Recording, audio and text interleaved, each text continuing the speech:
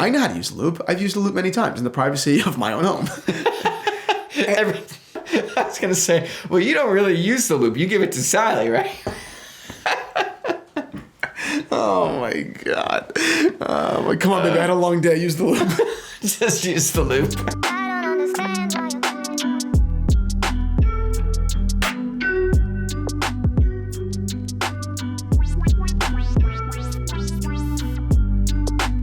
What is up, Watch fam? I am Christian, the curator of the Theo and Harris Watch Shop. My name is Michael, and this video is sponsored by headphones.com. We love them, and Yes. more on them later. Today's a great conversation, great watch talk today. So the first subject we're going to talk about is... The Holy Trinity. The Holy Trinity, that's right. Why the Holy Trinity? How much has it departed from what its original meaning was? Why is it the Holy Trinity when there's a brand like Rolex, when there's a brand like Omega? Yes. Why is it? Why aren't those brands part of it? And it's for a very good reason. The second subject is the Vacheron Constantine overseas chronograph. Really cool watch, but there was a little bit of drama or, choppy waters around it in respect to Hodinkee article. We'll get into that. And then finally, a conversation about Rolex ADs being allocated watches, the CPO program, Rolex expanding their production. So what's going to happen? Yeah, right. Changes everything. What's going to happen to the Rolex waitlist? Yep. What's going to happen to Rolex 5 years from now? It's really interesting stuff. Today's a great talk. And your loop story. And my loop story. Yeah. Yeah. I have a funny loop story.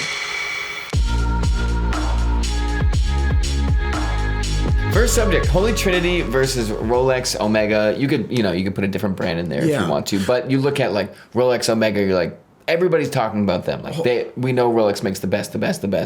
But what about the Holy Trinity? What differentiates them? Holy Trinity being Patek Philippe, Audemars Piguet, and Vacheron Constantine. Yes. What makes them the Holy Trinity? So I don't know the answer to this question. If the answer is... If there is a definitive answer, no. okay. Well, then the Pope. Yeah, right. You don't know about exactly. There was a Congress in Avignon, and like, oh my God, these three brands are recognized as really the pioneers of fine and often very complicated, precious watchmaking. Rolex, which is a brand that we revere now, Omega, it's a brand that we revere now. These were Rolex for more. Omega, it's a brand we revere now. Yeah. It's a very popular brand in the watch world, if you don't know. Jim Bond wears one. Rolex was a sports watch. I mean, Rolex only really ever manufactured 3 watches ever. That would even be in the running for Holy Trinity quality. These were the Padellone. They were the 62, I believe. And I forget the other one. I forget. But these were all, I think they were like triple calendar watches in different cases. They were complicated moon phase. And these were complicated watches that were on par with the likes of Patek Philippe in both quality and in style, in function, in purpose. Yes. Vacheron, AP, and Patek, they were literally manufacturing watches for the richest and most decadent and most old money people in the world. These were the brands that were revered more than anybody. And there were brands that came through the world that did phenomenal things like Longines, Agassiz. I mean, there were brands that did incredible things. But Movado did beautiful stuff. But these were the brands that just nobody could touch. And the tough part is now, in modern day, you see VC has the Overseas, Patek has the Nautilus, AP has the Royal Oak. So maybe on the surface, and they are classified as sports watches. On the surface, you're like, okay, so it's the Datejust or it's the Oyster Perpetual, and then it's these. When you get a little bit closer, obviously, you start to see some details that make the Royal Oak, make the Nautilus, make the Overseas stand out. But wait, I'm going to let you get into that in a second. No. Help me! But we've been recently looking at a lot of Piagets from the 60s and 70s and stuff like that. And the Holy Trinity from that era, it was immediately apparent. Because that was before the whole big shift to no, luxury can also be in steel and can also look aggressive. Right. But in that era, if you're looking at VCs and Pateks and APs, They're all ultra thins. The bracelets are crazy. The dials are crazy. Yeah. Like, it's not just polishing. Like, the cases look like they're literally carved out. Right. That era, it's incredibly easy to see. Like, wow, that is not an Oyster Perpetual. Yes. That is different. 100%. You know, the Holy Trinity, you know, Patek is a Holy Trinity brand not because of the Nautilus. The Nautilus is the exception. The Aquanaut is the exception. Yes. The Aquanaut and the Nautilus only matter because they were built off of a Holy Trinity brand. If they came from another brand, nobody would have cared. Yeah, right. Or They'd be like, it's a pretty watch. Exactly. Yeah. I mean, those brands had the force, had the credit, the precedence, the clout, you know, to make the Nautilus happen, to make the Royal Oak happen. And it wasn't always easy. It was actually rather hard there for quite a while. Yeah, it's very controversial too. For sure, you know. Yeah. So those watches are not why it's a Holy Trinity, even though they are better than an Oyster Perpetual. That's still not why. Right. It's for the 1518 Patek, which was the first perpetual counter chronograph by the brand. I mean, the 2499. It was for the APs that were ultra thin, complicated, retrograde date. It was because of watches that many of us today would look at and say, that's a grandpa watch, not for me. But this represented the peak of horology. So that's why. Just to give some clarity here. Yeah, right. The Royal Oak isn't a great example of the reason why it's a Holy Trinity brand. Even though now it's like, well, okay, AP is Royal Oak, Patek's Nautilus, VC's Overseas. Yes. Like, that's the brand. It's Yes. like that. I guess that is the modern day version of what sells the most at the brand. Right. But that is basically like in a little cupboard to the side. 100%. It's like, no, this is the brand. So the interesting part is, I wanted to see. I watched a recent video where someone's holding up a Patek Ellipse with an integrated gold bracelet next to an OP, and you see those things next to each other, and you're like, oh, I understand. I understand the difference. You know, again, I have a big, hard on. I was trying to look for a better word. I have a big fascination. I saw the target, and I was like, he thinks he's going to go off course, but he's going to hit right there. You know me. I have a huge love for Piaget, and Michael's starting to catch it. And the reason is, you don't even need a loop. Which is a watchmaking instrument to look closer. For those of you who don't know, it's kind of like a magnifying glass for watchmakers. You don't even need a loop to tell that Piaget was delivering better quality than Patek and Audemars in the era, and Rolex for that matter, by a significant margin. Here's a good example: a Piaget Polo and a Rolex King Midas. Okay. Yes. Both watches are interesting. Both watches are important. Both watches are cool. Fine. If you look any closer, and they look similar, they're clearly in the similar, design era. Right. They're trying to achieve the same thing. Right. You cannot compare the differences in quality of construction and evidently in finishing, the brushing, the complication of the bracelet, the work, the selection and the finishing of the hands, everything about the Piaget. The selection of the hands is the biggest part for me. Unbelievable. Yeah. The Piaget was finished to such a ridiculous level that it surpassed Rolex, it surpassed often Patek, it surpassed Audemars regularly. Piaget in the 60s, 70s, into the 80s. the 80s, I don't know when it ended. They were on track for, I won't say Holy Trinity because I don't think they didn't have complications and stuff like that. Right. For their design and their case innovation and the bracelet innovation and everything like that, they were on par with anybody. Now, obviously, they're not really right there, but their vintage watches are insane. Yeah, that's crazy. This is a phenomenal ad. Their logo's incredible. This is an ad that I found pretty recently, and sent that to me. and it's so cool because what it's basically doing is taking the idea of personalization, taking the idea of individuality, and executing it for what is basically the richest group of clientele you can imagine. There's something artistic about wearing a Piaget. That's what they're trying to communicate here. There's something... I'm on the Piaget boat so hard. 100%. There's something truly artistic and beautiful and culturally intelligent about wearing one of these watches. And you don't get the same thing from the catalogs of Patek Philippe and from Audemars, and the qualities are just the same. Piaget is certainly the, just unsung hero of watchmaking in the 20th century. And I think the reason it's unsung, I know the reason that it's unsung, is just because it is so polarizing. And think about it like this, right? Piaget just stood for what we just discussed, right? Stood for individuality, for wealth, for decadence, in an era, and in an era that continued to expand, and the opposite cultural narrative continued to dominate, which was kind of assimilation in sport. I was going to say, Piaget is not on people's radar for the same reason that Rolex is on people's radar. It's like, well, that's like, I don't really know if I can wear that. Can I pull it off? Rolex, it's like, yeah, it's a steel watch. It looks like a watch. Exactly. But now, bringing it back to looking at Rolex versus... Let's do an OP versus a Royal Oak. On the surface, and I'm tossing you up a meatball here. This isn't anything too tough. That's if you can't answer racist, it, you're by stupid. The way. if I use a cultural fucking thing like that, I'm tossing you up a meatball on one here. of our guests. So I'm expecting you to kind of Pac-Man, whoa, it. But you're holding up an Oyster Perpetual to a Royal Oak. Someone that's not in the world would be like, yeah, it's just, I like that one better because of this, but like the same watch, the same quality, the same this. What is the difference? I think that the average person would go to the dial that they liked more. Of course. Not to mention, so if the Oyster Perpetual had an orange dial and that person liked, that's what they would choose, 100%. Yeah, right. Whereas if you looked at the watches with a little bit of education, you would say, just hold these two watches, even blindfolded, and feel the level of construction. The same thing is true when you do anything in your kitchen with an appliance. You can tell when something feels expensive and when something feels cheaper. I still love those vintage Rolex OPs. They're phenomenal watches. I own a couple in my purse. I love them.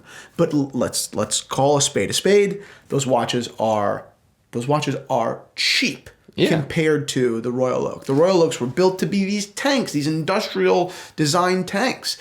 So even without knowing anything about history, just to trust your gut, one feels more expensive. Then if you go a little bit closer and you're looking at the movements, you're talking about this ultra thin JLC movement and that, all the things that went along with that, and you're looking at the dial and how the dial's finished and the stamping and how difficult that is to, well, relatively speaking, to make the the patisserie dial. All that stuff is very interesting. Then if you go into just the cultural force behind there are levels to these things. I had to explain, not I had to, that sounds like such a burden. I was explaining my Breguet tradition to my grandfather last week.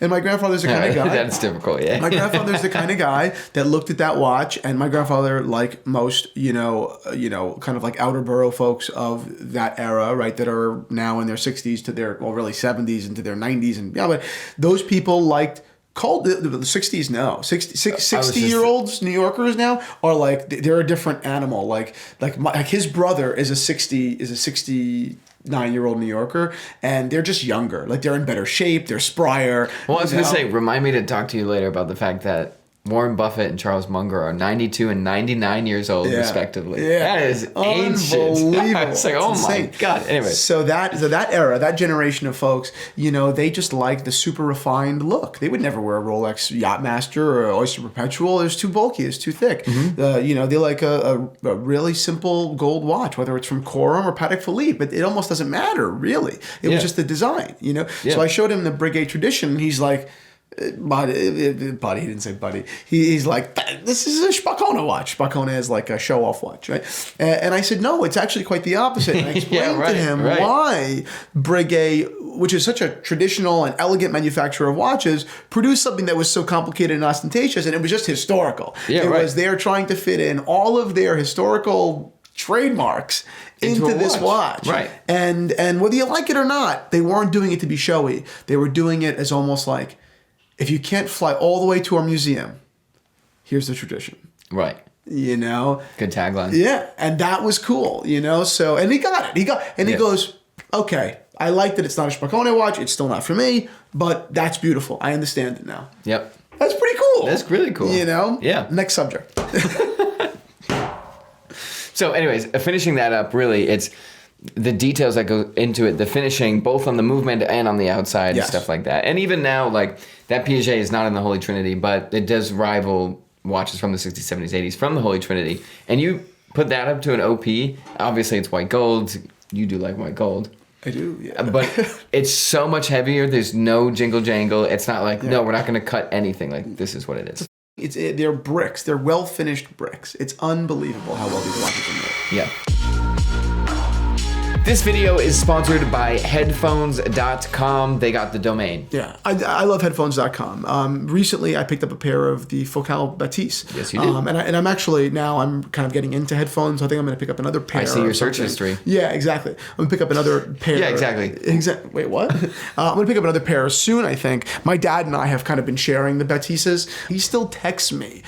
He's in Nashville right now, and he borrowed them for the trip. Big Rascal Flats. Yeah. And just this morning, he texted me a photo of Ernest Hemingway and a quote, I don't know, as well as, by the way, these are nuts. Yeah. Like, oh my God, there's a guy next to me that looks like he's saying stupid shit, but I can't hear him. I have no idea what he's because saying. he's noise canceling. Yeah, right. The point is, like, there's so much synergy, there's so much overlap between watch folks and audiophiles and really car guys as well, because it's just people that appreciate things that are almost too nice. Once you hear them, or once you drive them, or once you wear them, you say, how do I go back? It's one of those things where I want to hear everything for editing. I want to hear if there's any clicks or pops. That's a big thing. I also want to know what is the appropriate amount of bass, what is the appropriate amount of treble, what do I need to turn down, X, Y, Z. And Focal Batiste is great for that, but really, headphones.com is the best resource for that move into learning more about audio. And it's complete audio systems as well. It's unbelievable. Yeah. I know that they recently did a home audio installment that was a couple $100,000. Like, wow. Audio equipment, I mean, I can't begin. There are things about watchmaking that I don't understand. You know what I mean? For example, how a watch works. For example, how a watch works. But I can't even fathom, the craftsmanship and the engineering that goes behind some of this stuff. So anyway, they do. I've actually had dinner with them not that long ago, the folks from headphones.com, and they were amazing people. Actually, watch guys as well. Yep. One wearing the Audemars Piguet remaster. I said, wow, that's so interesting that, like, you're the kind of guy that's so deep into detail that you bought this obscure, beautiful, not Royal Oak, and I love the Royal Oak, but wow, you are clearly like the archetype. Yeah, right. You're a details guy. Exactly. And it made perfect sense that he's also a headphones.com guy. So I think it's great. I love headphones.com. Definitely check out the website in the description and check out the Focal Batiste. We highly suggest them. Yeah, for sure. They're incredible. Vacheron Overseas, the Panda, baby. Okay, so the reason you brought this to me is yeah, we don't need to talk about the watch. The reason I brought this watch to you is because there's an article from Hodinkee, which, again, great article whenever it's talking about the watch. You can't just write new color and end the article. Mm-hmm. But the reason is VC finally released the Overseas in a true Panda configuration. I honestly thought they always had this, but okay. I know, right? It looks like a cartoon. It looks super cool. But the entire article is being like, well, one, they're tossing Panda facts in there. But the other thing is, it's like, the bracelet feels like this. It wore really well on my wrist like this and that. And all the comments are now like, well, it's just a different color, right? It's a different watch? And they're like, no, it's a different color. What you just said is perfect. You're 100% right. You can't just write new dial, everybody, and that's an article. That doesn't work. That's not a business. They need to have words, right? Right. Totally understood. It's just funny because we had been recently discussing, something that Hodinkee was definitely guilty of. Not that it's like a tremendous, crime by any means, but something that I didn't like in the watch industry, which was kind of, I viewed it as it was the dumbing down into hype, right? Because hype ultimately comes as just like the stupidest level of appreciation. And Tudor got the flack for that at the time. Yes, exactly. It was every time that Tudor released the Black Bay in so many colors, and every time they released it, it was news. Come on, cut me a break. Give me a break. This is ridiculous. It's not news every time. You're being annoying. You're trying to drive Tudor because clearly you are being paid. Or whatever. God bless. I get paid. Look, I mean, we all get paid, baby. But it's like, let's just not dumb down the audience to such a degree that it's like offensive. Right. That being said, Hodinkee's a net positive to the watch world. I love Hodinkee. I don't think it's cool to shit on Hodinkee. Other people do. I love Ben Clymer. I think he's incredible. I love Danny Milton. I think he's incredible. And I don't know anybody else. And that's frankly, I don't know what else. That's about it. Yeah. That's all I wanted to say about that. That was funny. Yeah. And the comments were like, okay, it's just a dial change. And they are right as well. Yeah, right. They are right as well. Okay, before we get into Rolex, we have the loop story. Oh, yeah. Okay, so I've been in this watch business for 8 years. Yeah. I know how to use a loop. I've used a loop many times in the privacy of my own home. Well, I'm serious about this. Every time I have to look at my penis. Yeah. Anytime I'm out in public and this literally happened like 2 weeks ago. I was in a launching meeting and they passed around loops to look at the dial closer. And I just, in that moment, I had no confidence that I knew which side of the loop to use. Big side, small side, big side, small side. I don't know. And I passed the loop. And I literally passed the loop to the next person. Oh, that is so funny. That's it. It's just like when you go to say hello to someone and you know their name. I told you that's my biggest with fear. my sister. Yeah, I know Anna's name. I know this person's name. I know this person's name. I will never say it. Yep. Because I am so deathly afraid I of being told Christian, wrong. I was like, I know your sister's name is Anna. I know that for a fact. I can never call her I will Anna. never say that. It's scary. I'm too scared. So she's like, hey, Michael. I'm like, hey. Hey, sis. Hey, Christian's sister. Oh my God. Yeah, I do that. Now what I do when I see someone, it's great to see you. Because it's not nice to meet you. Because then I've caught it a couple of times. And the worst is, again, like, remember, like, I make the jokes about, like, being on Staten Island or being in Brooklyn, and everyone is like, oh, you know, like, we're sitting at the table, and everyone's trying to, like, one-up each other, you know? Yeah. And I've said, it's good to meet you. They said, oh, you know, Chris, this is Jimmy, blah, blah, blah, blah. I said, nice to meet you. And he goes, we met 6 months ago at the club. And I was like, okay, I'm in. Okay. You know? Yeah. And he goes, you don't remember, right? You're like, Fuck. Whereas if you just say, it's good to see you, pal. Done. easy. Done. Wow, that's hysterical. Yeah. Anyways, my other thought is usually with dials, I'm like, I can see it. You can see what? I can see it. Oh, yeah. I don't need a I can loop. see it fine. I can see it. I Yeah. can see it fine. I'm missing all the finer details, sure. I can see it. It's Yeah. fine. Yeah. Fine.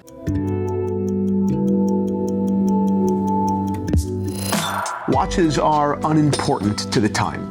They can't speed, slow, or stop it, and our phones tell it better. But as vessels for memories, they know few rivals.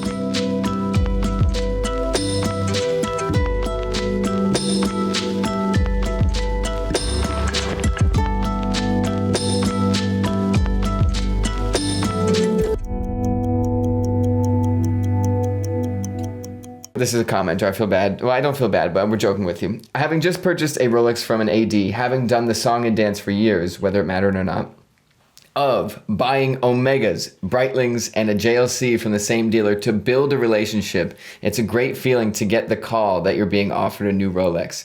I enjoyed the wait, albeit grew upset at times. If you have the means to spend $10,000 on a watch, it's likely you don't have to wait for much. Sometimes it's humbling and a positive. And the person replied to that, LOL, wow. How sick are you to think that? Like, I get it. I understand. This You're watch. not going to like my position on this. You think it's good. Okay, so Tell me you didn't grow up rich right now. I don't. Have I ever waited online for a Rolex? No. I have no interest in it. I'm not on any list. I have no interest in it. So I clearly don't.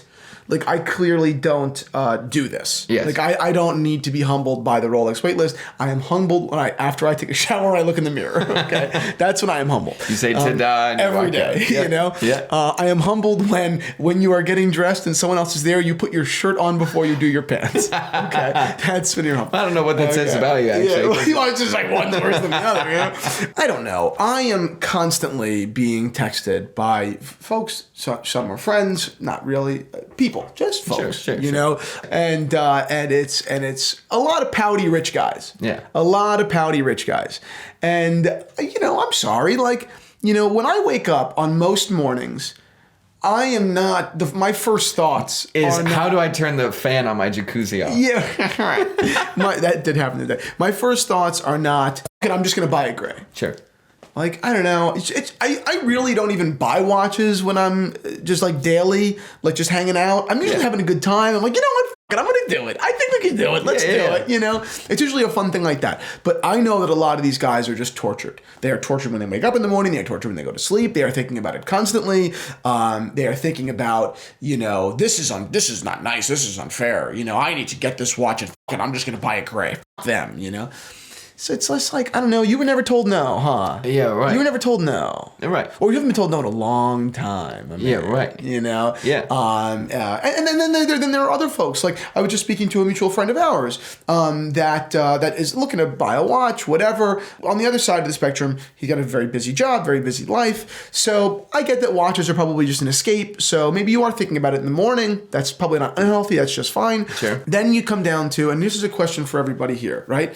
So if I think I can even rebuild the numbers, right? Mm-hmm. If a watch that you want is $45,000, okay, $45,000, okay, and you're being offered it from the AD, okay, but you have to buy another $45,000 watch, okay, so you're all in at 90 grand, right? 90 grand, yes. You're all in at 90, okay, for your watch. The watch that you really want, the $45,000 watch, you can get on the secondary at 75. Okay. Yep. So that extra watch costs you $15,000. Sure. Okay. Yep. Do you want it? Do you not? Do you go gray? Do you stay with the AD? Or do you just kind of get fed up and say, you know what? I don't need any of this. Right. You know, I don't need any of this. You know. But I have my phone. Right. Yeah, That's what you say after you. And this person and I, we're very close. He's definitely watching this, and he knows I'm talking about him. And you know, I don't know. Like, I guess my 2 cents is always, and we've had this discussion many times at length, and it's much more complicated than what I'm about to say. But my thing would just be, I don't know. I think that when I'm on my $1.8 millionth dollar in watches, I better be working like 21 hours a week. Because otherwise you're working too much. You're saying maximum. Yeah. You're working too much. You have too many watches. You know, watches are part of, if you've sold all your watches, they don't fix all your problems. Sure. But it's clearly representative of, like, well, you just like to work then. You can't complain about the work if you must like it. Yeah, right. And that's not really toward my friend, and even though you know what it is. Because I really value, my thing above watches, is really just like, how do you reverse engineer the best quality of life? Yeah. And the best quality of life is not on boats, it's not on yachts. The best quality of life is like, having nice things, no doubt, but like just a little bit of peace in the life. Yeah. You know, or a lot bit of peace in the life. You know what I mean? Right. So anyway, the whole AD, like the kind of remark this guy's getting at is ultimately like, do we all need to be humbled a little bit more? Is it okay being told no? Come on. This guy just went up to an AD, bought Omegas, Breitlings, and a JLC out of the palm of their hand, and was like, I think it's humbling. It's like, okay, I wasn't looking at it from like the point of view that, oh wow, you're just a jerk off that ate your AD. I wasn't thinking about it like that. Oh, that's the only. It's nothing on this guy. Whatever. Oh, okay. It's more of like. Oh, I agree with that. I hate that narrative of like, well, prove to me that you want this $7,000, $10,000 watch by buying, and you see it on like Rolex forums. They're like, I spent over $500,000 at my AD to get this Daytona. Oh yeah. It's like, what are you doing? What are you doing? Yeah, I think that if it's not watches that you really like, then you f***ed up. Oh yeah. Up. I mean, I would buy watches from my AD that, so long as I like them, if they help build my relationship, then that's great. But I would never buy stuff from an AD that I didn't want. We've done. Actually, I won't even bring that story up. It's just that vibe of being like, well, I have to do this dance to get this watch. I'm like, really? You're just gonna give in to the AD? I don't want you to give in to the gray market either. I understand you're dying for this watch, but like, there's an issue. Yeah. You shouldn't have to go to an AD and buy 18 or whatever, 6 watches, even on the low end, to then be like, well, they finally gifted me the Rolex. Yeah. No, I definitely agree. But then on the other side of it, because now I'm moving over to like, do you look like a jerk off for spending so much money that you didn't want to spend? Sure. Of course, the best clients get the best treatment. Of course. You know? Yeah. I've been, this is a good example. Another friend that's watching this will probably catch my drift. I've been to Carbone. Mm-hmm. Okay. Sure. I've been to Carbone 6 or whatever times now. Mm-hmm. The last time I went in, they remembered my name. Mm-hmm. Okay. Yep. And I said, that's so funny. I said, this place has remarkable service. This is remarkable. Every time I'm there, the service is amazing. It's up. They're totally up. Amazing. Yeah. And I said, it occurred to me very quickly, oh, wait, if I thought about the amount of money, and actually most times that I've been there, I haven't even been I've been the client, or I've been the person that was being treated. Or I've been with people that were just like, I mean, I can't even say what it is because it'll be so obvious. But like so evidently important and so far more. I mean, I belong more with the wait staff drinking beers after than I did with the people that I'm with. Right. And I really mean that. That's not intentional humility. That is really the truth. Yeah, of course. And I'm like, oh, you're just kissing my ass because you think that I'm gonna buy a $4,000 bottle of wine. Yeah, right. Of course. That's why you're kissing my ass. Right. I forgot. But then I look at it like, oh well, of course. Yeah, you think I'm gonna buy a $4,000 bottle of wine? Right. Yeah, like, that doesn't mean that other people should be treated poorly. The restaurant, in this example, or any business, cannot afford to give the same level of service, to go as far out of their way for every single person. It's not profitable. It's not even possible. Of course. Everyone gets the same level of kindness, and everyone gets the same level of accommodation, meaning with. Yeah. But when you're spending that kind of money, they'll lick your balls. And that's what the Rolex thing is, right? We will give you the Rolex so you can give to your wife so you look like the big guy. We'll get it for you because you spend so much money with us that you have earned it. It's fucked up, but what's the alternative? And that a lottery? I mean, that mentality is different than no, you need to spend this and then you'll get that. Right. That is a like, wow, you are just a rich dude doing that. Whatever, you're doing this. There's a difference between like being like, well, the game here. Right. And not that they don't know it on the other end, but the difference between being like, well, cough it up if you want to do it, and then being like, well, thank you, Mr. Zerone, for spending $80,000 on other watches. Here's your OP. Yes. That's what I'm talking about. No, you're definitely that whole right. thing, and the whole thing is like, obviously, to these people, like me getting a few Omegas, Breitlings, and a JLC is very different than some dude that has a ton of money. Yeah. Like, that's like, hey, throw in an extra side of this and we'll get you a Rolex. Yeah. But the whole thing is still like, you're just like, come on. Yes. Like, this is messed up. I do agree. I think that the only way to even the field and like really, I mean, this is ultimately unintentionally unpaid, whatever, but like an ad for London Jewelers, like that was cool. The day we were there, that was cool. The folks that I know that have been loyal to their AD when their AD is London Jewelers, who's our AD partners, they're our friends, but it's really not even the point. Yeah, true. That business, they need to reward. Of course, they need to reward their best clients with the things that they want, the things that are hard to get. Of course, right. But London does two things that are brilliant. One of which we were there for, I think, maybe both. One of which they do. If they can sense that you're truly a watch lover, they will go out of their way to get you the watch that you want. Even if on paper you're like, you don't deserve it in like the monetary, you haven't spent all this money, they'll do it, I think, as just a matter of just good family business. Maybe it's good marketing, whatever. But they do that, which is unheard of, basically. Yeah, right. And number two, the folks that do spend a ton of money and are incredibly loyal and are spending just fortunes there and getting really great allocations, yes, that's very transactional on its face. But then when they open the doors, meaning the business, when the business opens its doors to them and has them come in as their guests, whether it's to a dinner or to a party, or they treat them like family, they remember their birthdays in a meaningful way. When they really like, our transactions are very transactional. Of course, I can't do you any favors there. Like this has to be business. Right. But we will truly open our arms to you and treat you like our family.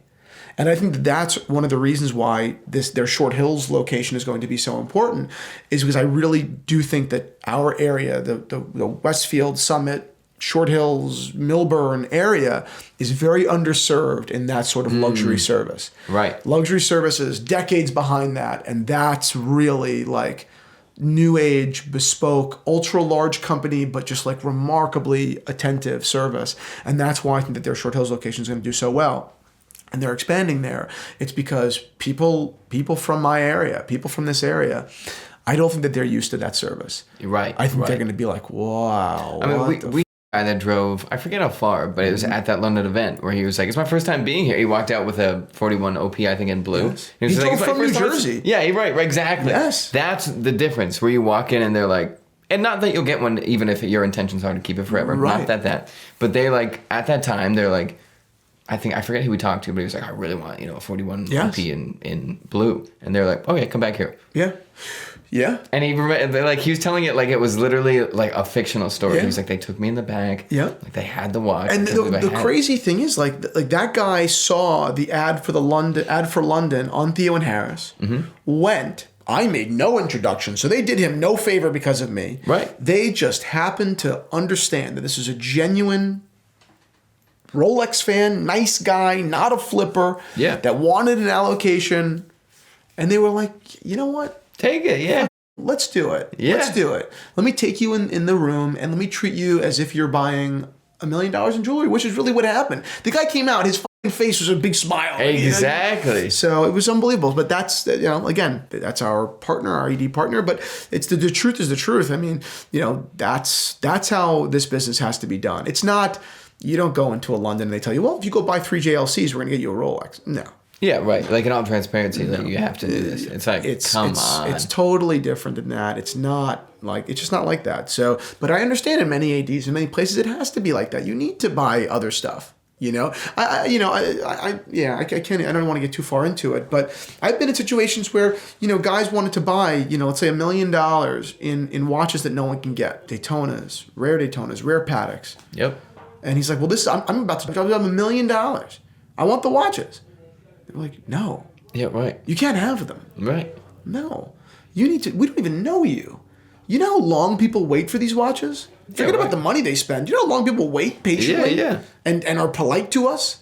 No, you can't just skip the line. Yeah, right. It's the truth. Yeah. So the crazy news is that Hodinkee, Danny Milton, your best friend, has talked with Rolex, and really, Rolex gave an answer. Not really. They kind of just said like, oh yeah, well yeah, if that's what the way you phrased it seems like something that we plausibly might be doing, but also not, and also no comment. You know what I mean? Yeah. But they got some stuff, and the main thing, well, there's 2 main points. One is that Rolex has 2 temporary locations to be building a larger third one to increase output. What is that output? No one knows. Rolex won't comment. Yep. The other is some clarifications about the CPO program. Not as exciting. I think the big news is, well, one CPO, Rolex is like, yeah, whatever the AD wants to do with the watch, they can do. Yeah, which is a little bit odd to me, but okay. It is very odd to me. So ADs are like, well, we're going to just jack the price up. And Rolex is like, okay, have at it. Yeah. But the other thing is that there is an increase in production for Rolex, which is interesting when you think about the fact that, like, okay, say the magic number floating around is 1 million watches a year. That's how much Rolex makes. It could be wrong. It could be close. It could be whatever. But what's interesting is when you get into the nitty gritty of it, if they double production, they do 2 million watches a year, which I don't think they'll do. You still have waiting lists that are 40, 50 people long. And if you really can't get them at any ADs, you're 40, 50 times out of the market. Right. Like, okay, great, you doubled it. So you essentially halved the list, maybe even less. So what do you think the future? Well, what do you think the future is in that regard? And then what do you think the future is with CPO and Gray? I don't know. I mean, I don't think that I think that Rolex wants to solve this waitlist problem. I don't think they want it to be non-existent. Not at all. Yeah, they want it to still be something. Yeah. It should be difficult to get a Rolex, but not as difficult as it is now.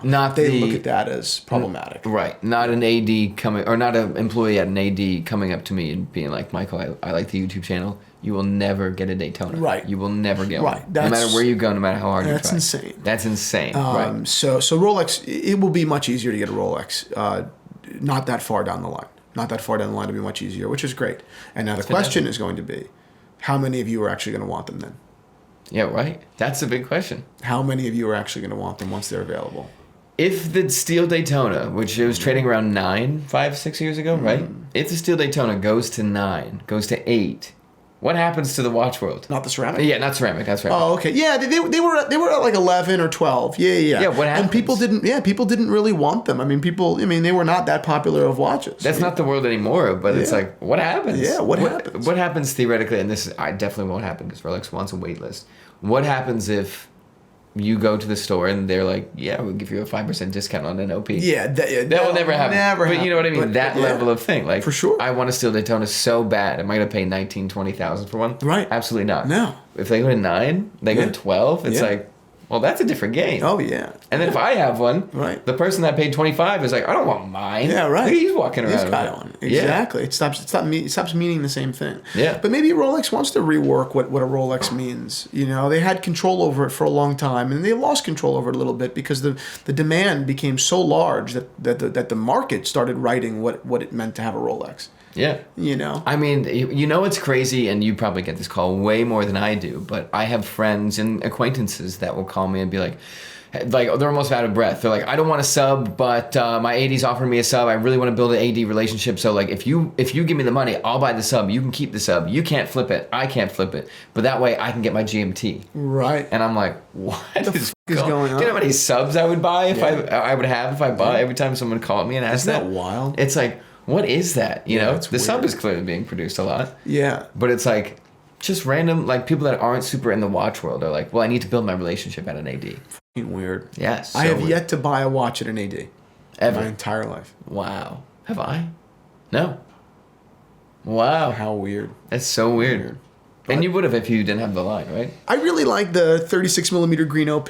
I also like the coral. I think they were both really great. I wanted to buy the coral and give it to my dad, but it just never. Classic Rolex story. You know, Yeah. but it just never happened. So it is what it is. I'm on the know? wait list for a Palm Dial Datejust. I've just written off that I'm never getting a watch. Yeah, it's one of those things. I don't know. It's what I like about Rolex is they're expensive, but they're not.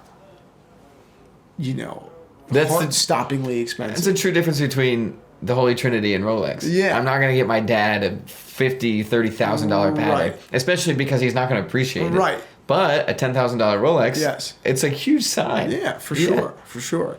And that's another thing we can talk about in a separate episode. It's like passing down. And actually, that's a good subject we'll touch on. But at what point is it a burden? Yeah, right. At what point is it a burden? Interesting. It's funny. Anna and I used to talk about this all the time. When we first got into watches. You look at me dead in the eyes. You're like, and you'll never be here. You kiss me. Like at what point is it a burden? Like, how much money am I going to give to my kids in watches?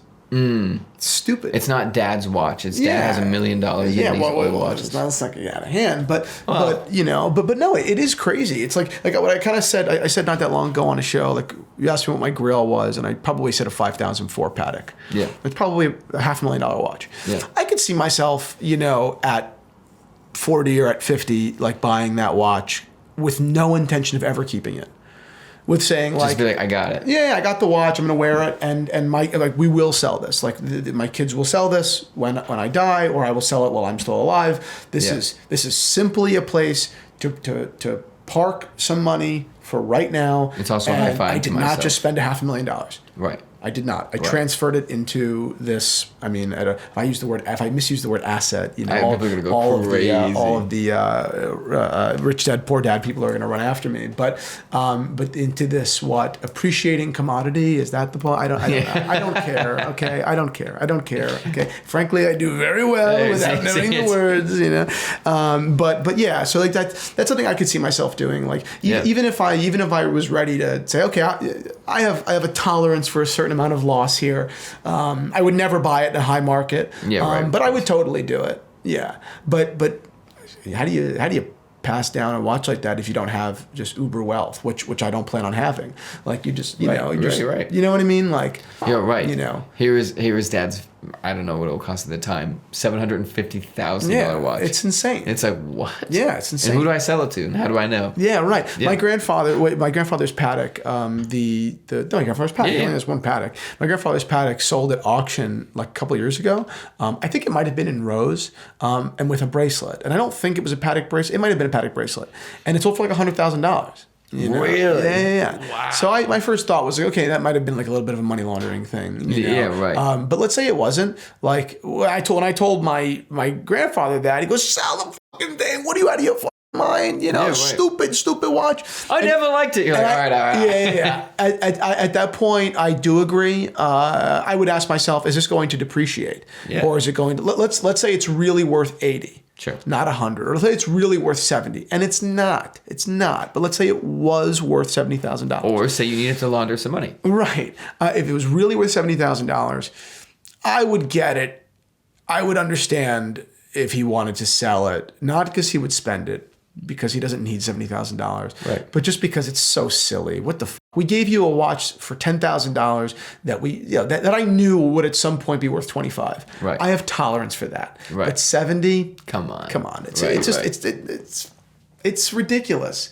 Let the rich folks buy it. You know what I mean? Like let the truly rich people buy it. Yeah, you know? right. Because I look at it and I say, well, it just happens to be rare. Like we can get a watch that's just as good for $10,000. Not to mention, if someone buys it from you, they'll build up a good reputation for the Teenage Watch Shop. Yeah, exactly. You maybe finally give them some good stuff. Yeah, exactly. That was a great episode. Yes, it was a great episode. If you liked this episode and want to watch more Theo and Harris videos, subscribe to this channel and tune in for our upcoming videos. We've got some crazy stuff coming.